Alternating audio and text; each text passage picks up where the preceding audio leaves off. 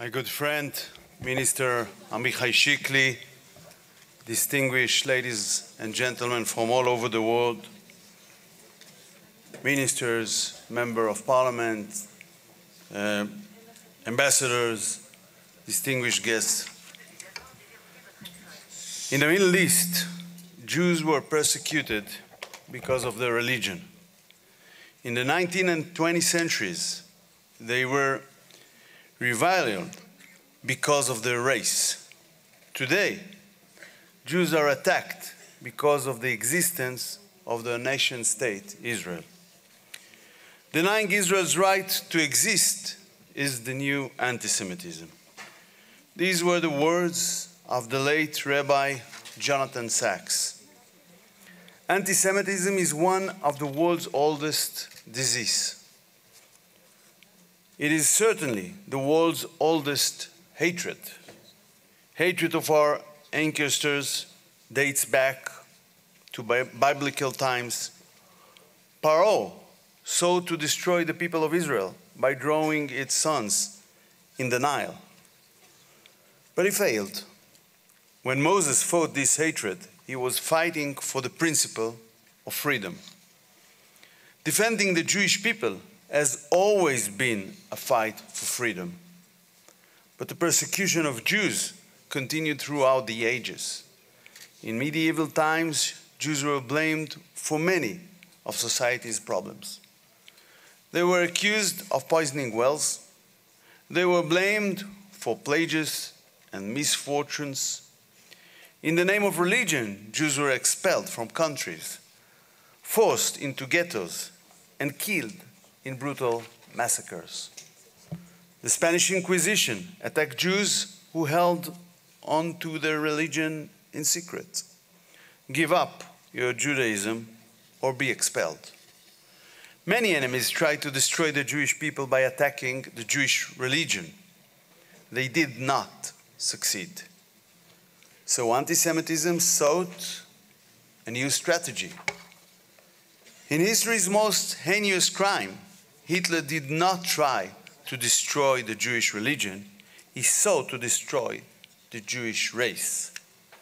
6 million Jews were murdered in the most systematic and horrifying genocide the world has ever seen. The Nazis attempted to erase the Jewish people from the face of the earth. Our nation is one of the most ancient peoples in the world. It should today have been one of the largest nations in the world. While the disease of anti-Semitism did not eliminate us, it caused endless pain and suffering. It caused an ancient nation to be a small nation. Our people were murdered time and again across the world because we did not have the means to defend ourselves. The lessons of our long and painful past were clear. After anti-Semitism targeted both the Jews' religion and race, we needed a Jewish state to defend ourselves by ourselves. Anti-Zionism, the rejection of Israel's right to exist, is the new anti-Semitism. Its goal is the same, the destruction of the Jewish people. But its method is to deny the Jewish people our basic right to self-defense. It uses demonization, delegitimization, and double standards towards the Jewish state. On October 7th, 2023, Hamas launched its deadly attack against Israel. The radical Islamist world, led by Iran, united on 7 fronts to try and eliminate the Jewish state. When they failed to do so on the battleground, they pivoted to a new weapon, which is legal warfare. They turned to the institutions of international law to try and tie our hands. They sought to remove Israel's ability to defend itself. We see this in the anti-Semitic actions of the ICC, ICJ, and the United Nations Human Rights Council. Just 2 weeks ago, the Council's Commission of Inquiry published a modern-day anti-Semitic blood libel. It accused the victims of Hamas sexual crimes of the very crimes committed against them. These institutions were created to promote justice and make the world safer. Instead, they have become tools for those wishing to erase the Jewish state. It is not just radical Islamists behind the new anti-Semitism.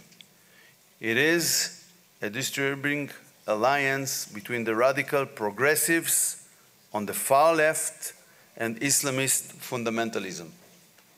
In the name of so-called human rights, the progressive movement fell captive to those seeking the destruction of the Jewish people. The radical axis of Iran, Hamas, and Hezbollah uses the progressives and their institutions for their own agenda, dismantling Israel. Anti-Semitism is just the tip of the spear of the radical alliance's larger fight against freedom, and the Jewish people are on the front lines of this battle. We see this in Israel, in Amsterdam, in Orleans, France, at the Adas Israel Synagogue of Melbourne, and the Beit Tikva Synagogue in Montreal, and on college campuses in America. The Radical Alliance is not just a threat to the Jewish people. It is a danger to freedom itself. The new anti-Semitism represents the threat to Western values and global order. Because these same forces attacking Israel are the ones targeting other democracies, particularly the United States.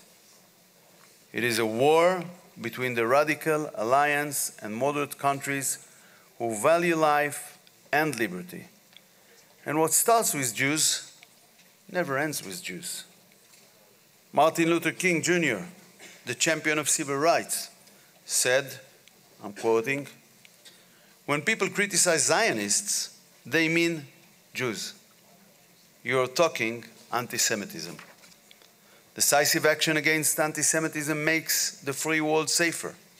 We are seeing the results in America. President Trump has taken bold steps to hold universities accountable for allowing anti-Semitism on campus. We praise him for that.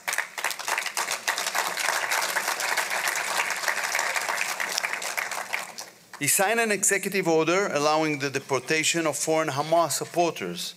Other countries must follow suit. Europe, on whose soil the Holocaust occurred, must fight harder. Anti-Semitism and the radical alliance promoting it must be met with a firm fist. We will soon celebrate the holiday of Passover, also known as the holiday of freedom, when Moses led the people of Israel to liberty from Pharaoh. He saved not only the Jewish future, he saved the future of humanity. The principle of freedom, the Judeo-Christian basis of Western civilization, was born at that moment. Today, these values are again under attack. Just as then, freedom will prevail against an enemy seeking to destroy the Jewish people. I want to thank my friend Minister Amichai Shikli for his initiative. Thank you, everyone, and enjoy this important convention. Thank you so much.